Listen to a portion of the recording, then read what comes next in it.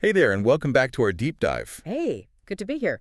So today we're diving headfirst into a story that's really about sonic saturation, but also, well, Oh, aesthetics. absolutely. It's a unique blend. We're talking about a piece of gear that didn't just, shape the sound of rock and roll. It looked like it strolled straight out of some groovy, velvet-clad living room. Right, like something you'd find next to a lava lamp. Exactly. This was a true secret weapon for some legendary guitarists. It absolutely was. And what's truly remarkable here, I think, is how something so visually unmistakable could also be such a groundbreaking piece of audio engineering. We're not just talking about a pretty fuzzy face, Yeah. We're talking about a beast of a sound that genuinely broke new ground. I'm really fascinated by this. So our goal today is basically to uncover the incredible story of this unique musical device, the Foxx tone machine. The one and only. It's a pedal that somehow perfectly blended massive, like huge fuzz with a searing octave effect, and all wrapped up in vibrant, unforgettable velvet. That velvet. Yeah. We're going to explore its surprising origins, the sheer sonic magic it conjured up, and its lasting cultural footprint. Really show how such a quirky invention became, well, an absolute legend. And you really can't underestimate that first impression. Think about most guitar pedals back then, ain't even now. Yeah, metal boxes. Pretty much. Yeah. Utilitarian, industrial-looking metal boxes. Then, bam! 1971, the Foxx tone machine bursts onto the scene, It's covered in. covered in distinct plush velvet enclosures. In these bold colors like electric blue, fiery red, deep purple, stuff like that. Wow. It immediately stood out from everything else. It wasn't just another pedal. It was like a statement piece. Visually unforgettable. It certainly had an unmistakable look, didn't it? Oh, What do you think that unique aesthetic did for the pedal's early appeal? Was it universally loved, or was it maybe a bit divisive? that's a great question. I mean, its appearance definitely caught eyes, no doubt about it, but Steve Reidinger, the guy behind it all. The founder. Yeah, the founder. He later said he wanted them to look like furniture. That was his actual The quote. furniture, really? Yeah, he wasn't aiming for that gritty, road-worn, tough guy aesthetic that a lot of gear had. Yeah. So for some musicians, especially maybe gigging ones, that plush kind of domestic feel might have seemed a bit odd.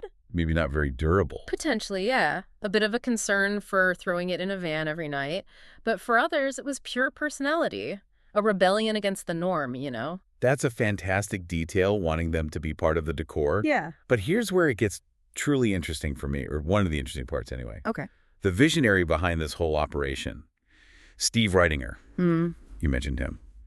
He founded the Foxx brand in Los Angeles in 1971. Right. Get this, he was just 19 years old. 19. It's incredible, isn't it? Can you imagine launching something so innovative, so impactful, Yeah. barely out of your teens? It just perfectly reflects that kind of Wild West era of early effects innovation, Totally. The frontier days. where anything felt possible. Yeah. That youthful energy absolutely must have propelled it. It reflects a time when there weren't really established rules for this stuff. Just passionate young engineers pushing boundaries. Right. And the core innovation of the tone machine wasn't just its look, as striking as it was. Okay, so the sound itself. Yeah, the sound. It was one of the very first fuzz pedals to successfully integrate a switchable octave-up circuit. Switchable being the key word there. Absolutely key. This wasn't some minor tweak. It was a genuine game changer.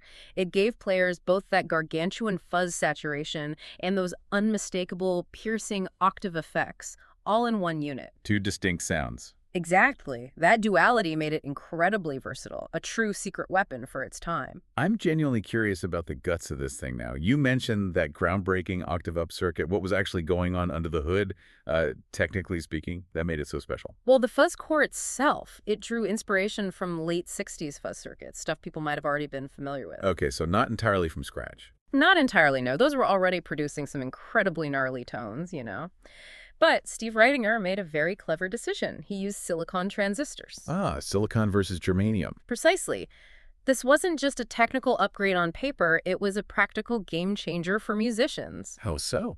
Well, unlike the often temperamental germanium fuzz pedals of that era, which could sound different depending on the temperature, Right, I've heard about that. the Foxx tone machine, with its silicon heart, offered consistent, reliable performance, much more stable. Okay.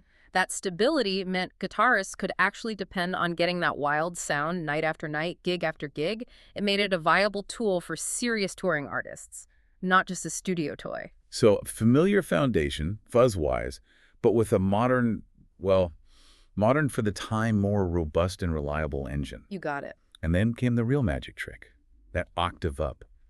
How exactly did that work to create those wild, almost synthetic sounds you mentioned? Right, the octave bit. So it was engaged via a simple switch right there on the front panel, easy access. Internally, it created octave doubling through something called a full-wave rectifier stage. A full-wave rectifier. Yeah. Sounds complex. It's a clever bit of electronics. Think of it like, well, it essentially mirrors and flips the lower half of your guitar's sound wave, Okay. which effectively doubles its frequency, pushing it up a full octave. It's an electronic way to create that higher harmonic. Oh. And this is what produced those really distinctive, searing, almost alien synth-like tones that became the pedal's absolute signature. It wasn't subtle. That's a seriously clever bit of engineering for the early 70s. Yeah. And how did players actually, master this beast? Were the controls complicated for such a powerful effect? They were surprisingly straightforward, which I think was part of its brilliance. Easier than it sounds? Definitely. You didn't need a degree in sound engineering or anything. You just needed to turn a few dials and maybe brace yourself for the sonic storm that was about to hit. Uh-huh, right. So what were the controls? You had your standard volume control, obviously, for the overall output level. Then the fuzz knob. That let you dial in the amount of saturation, how thick and distorted you wanted that core fuzz sound to be, from mild to massive. Makes sense. Then a tone control. This was basically a treble roll-off, and this was particularly useful, actually, for taming some of the extreme brightness that can come with high-gain fuzz. So you could smooth it out a bit. Exactly. It allowed players to sculpt their sound, make it darker, or keep it bright. And of course, the star of the show, the octave switch. The magic button. Pretty much. Yeah. That allowed you to instantly engage or disengage that distinctive octave up effect. Click on, click off. That sounds like a pretty intuitive layout, actually, for such a potentially wild voice. I could almost hear it just from your description. It's quite a sound. For listeners who maybe haven't experienced it firsthand, could you really paint a vivid sonic picture? Like, what did this beast actually unleash? How versatile was it, tonally speaking? Absolutely. Okay, so let's start without the octave engaged, just the fuzz. The bass sound. Even then, it was already a formidable fuzz pedal. You'd get this thick, really aggressive fuzz tone, and it had incredible sustain. Sustain-like. Honestly, sustain that could rival something like an Electro-Harmonix Big Muff Pi, which is legendary for its long singing notes. Wow, okay. That's serious sustain. Yeah, it was powerful and bold on its own, capable of that dense, sustaining kind of wall of sound. So a killer fuzz on its own merits, even before you hit that secret weapon switch. Exactly right. But then you hit that octave switch. Yeah. And that's when things got truly wild. I mean, really out there. Uh-huh. Imagine that wall of fuzz, right? So thick you could almost lean on it. Then suddenly, with just the flick of that switch, it's like a laser beam of pure sonic energy slices right through the middle of it. Whoa. With the octave engaged, you'd unleash these incredibly cutting upper octave textures. It was capable of producing these raw, wailing leads that just screamed through any mix, totally piercing. And tones that were so synthetic sounding, almost harmonically complex and metallic, sometimes even bordering on ring modulator territory. Ring modulator. Wow. Yeah, it could get really freaky. It was chaotic, but, in the best possible way for rock and roll. And the tone control you mentioned earlier. Yeah. How did that play into shaping those kinds of sounds, the octave ones?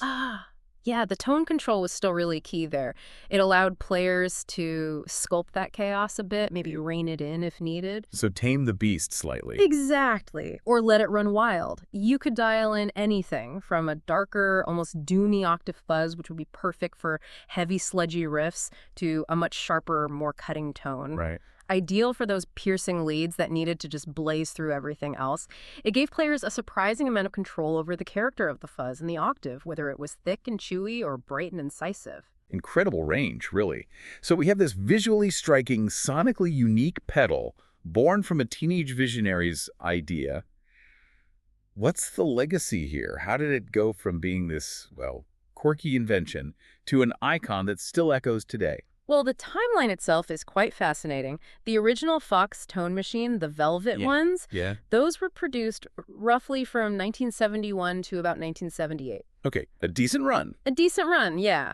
But because of those distinctive velvet-covered enclosures, which weren't always the most durable, Right, the furniture aspect again. exactly, and just the passage of time, these originals are now extremely rare and highly collectible, like really sought-after pieces of musical history. I bet. Not just for their sound, but for their unique place in design history, too. I can certainly imagine. That velvet probably wouldn't have stood the test of time too well on a gigging musician's pedal board back then. It's kind of a Yeah. miracle and he survived intact. It really is. But the sound.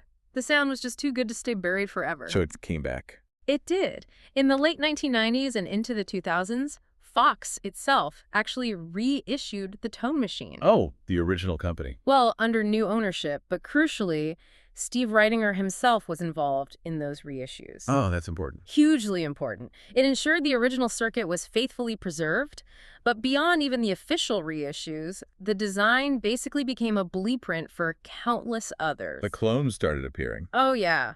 There was an absolute explosion of boutique clones. Numerous builders borrowed heavily or directly replicated the design. Any famous examples? Sure, think of pedals like the Prescription Electronics Experience, the Dan Electro French Toast, which is a super affordable one, Right, I know that one. or even things like the dedicated octave mode you find in the Earthquaker Devices Hoof Reaper. Its DNA, its influence is truly everywhere in the fuzz world now. That's the undeniable mark of a truly influential circuit, isn't it? When it gets cloned and reinterpreted by so many different people. Absolutely. It means the core idea was incredibly strong. But let's talk about the hands that rocked it. Which legendary guitarist really harnessed the Fox tone machine's power back in the day? Well, the list is iconic and pretty diverse, actually. Billy Gibbons of ZZ Top is probably one of the most famous users. Ah, the Reverend Billy G. That's the one. He's famously known for using the tone machine to craft those absolutely searing octave fuzz solos back in the 70s. Yeah. That distinctive, slightly out of control, over-the-top sound is just indelibly linked to his early work. Think Lagrange-era stuff. So how identifiable is that tone machine roar in a Gibbons solo from that era? Could a listener, pick it out just by hearing it? I think so, yeah. Especially once you know what you're listening for. That specific combination of the thick fuzz underneath and that harmonically rich, almost squawky upper octave, it's so distinct it cuts right through. Okay, who else? Then you have someone like Adrian Belew. Oh, interesting. King Crimson, Talking Heads, very different style. Totally different. And he used it for his really experimental octave fuzz tones. He leaned heavily into the pedal's more chaotic and unpredictable side. Using the chaos creatively. Exactly, creating these unique soundscapes that were truly avant-garde for his time, pushing the boundaries of what a guitar could sound like. And more recently, any big names? Well, Jack White of the White Stripes has frequently cited Fox-inspired fuzz tones as being a crucial part of his unique sonic arsenal. Right, you can hear that raw edge in his sound. Definitely. It shows its enduring appeal for raw, distinctive sounds that really cut through and have personality. And it's not just the classic rock legends or, alternative heroes, right? Yeah. It's made a modern resurgence, too, finding new life with contemporary artists. It absolutely has. It's really interesting. Modern stoner rock and doom metal bands. Oh, yeah. They've totally adopted tone machine clones or pedals inspired by it. They use them for those crushing, super heavy fuzz walls and also for those absolutely massive, thick octave leads that just sound huge. So it fits right into that super heavy sound. Perfectly. It's a real testament to its timeless sound, I think, that it continues to find new homes in heavy music today. It just proves its versatility across different genres and eras. This pedal definitely has some wild stories wrapped up in its velvet casing. Beyond just the sound, what's its broader cultural impact been? And some of those legendary tales you hear. Well, like we touched on earlier, the velvet touch itself was just a huge part of its identity. Can't ignore the velvet. You really can't. And Steve Reidinger's original intention for that finish, it wasn't just trying to be quirky or different for the sake of it. Right, the furniture thing. He explicitly wanted the pedals to look like furniture, not just generic industrial boxes. It was a deliberate aesthetic choice meant to make them stand out in a living room just as much as on a stage. Which is kind of wild for a guitar pedal. Totally. And today, collectors absolutely prize those intact velvet units. They're increasingly rare, and often, they show their age, which adds to the charm for some. It's amazing that a functional piece of gear, something meant to be stomped on, was designed with domestic aesthetics in mind. Yeah. And you mentioned Steve Reidinger's youth earlier. That's still quite a feat for a 19-year-old. It really bears repeating. He was a teenage visionary when he launched Foxx. 19. Yeah. That just underscores the experimental, almost unregulated spirit of the early effects industry back then. There weren't really established giants dominating everything. Right, more open. It was a much more open field for passionate young engineers, often working out of garages to just push boundaries and create entirely new sounds. It speaks volumes about the raw innovation of that specific era. And like a lot of cult classics, gear-wise, it has a bit of a pawn shop legend quality to it as well, right? Like finding buried treasure. Oh, absolutely. It's a true rags to riches story, but for gearheads, much like, say, the Shinai Superfuzz or some other vintage gems. Okay. Original tone machines are actually really undervalued for decades. They'd turn up in pawn shops, maybe garage sales, selling for next to nothing. No way. Yeah, before being rediscovered by boutique enthusiasts and collectors who finally understood their true sonic worth and their historical significance. And now. Well, if you want an original 70s Velvet One in decent shape, be prepared to open your wallet. They often sell for $1,000 or even more.